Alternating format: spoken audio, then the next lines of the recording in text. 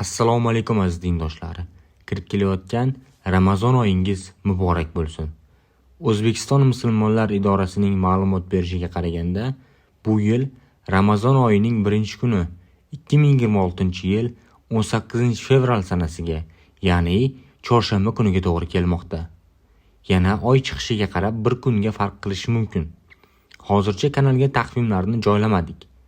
Ramazon oyi taqvimlari Ramazon oyiga bir oy qolganda tayyorlanishni boshlaydi. Agarda siz videoni oldinroq ko'rayotgan bo'lsangiz, kanalimizga obuna bo'lishni unutmang.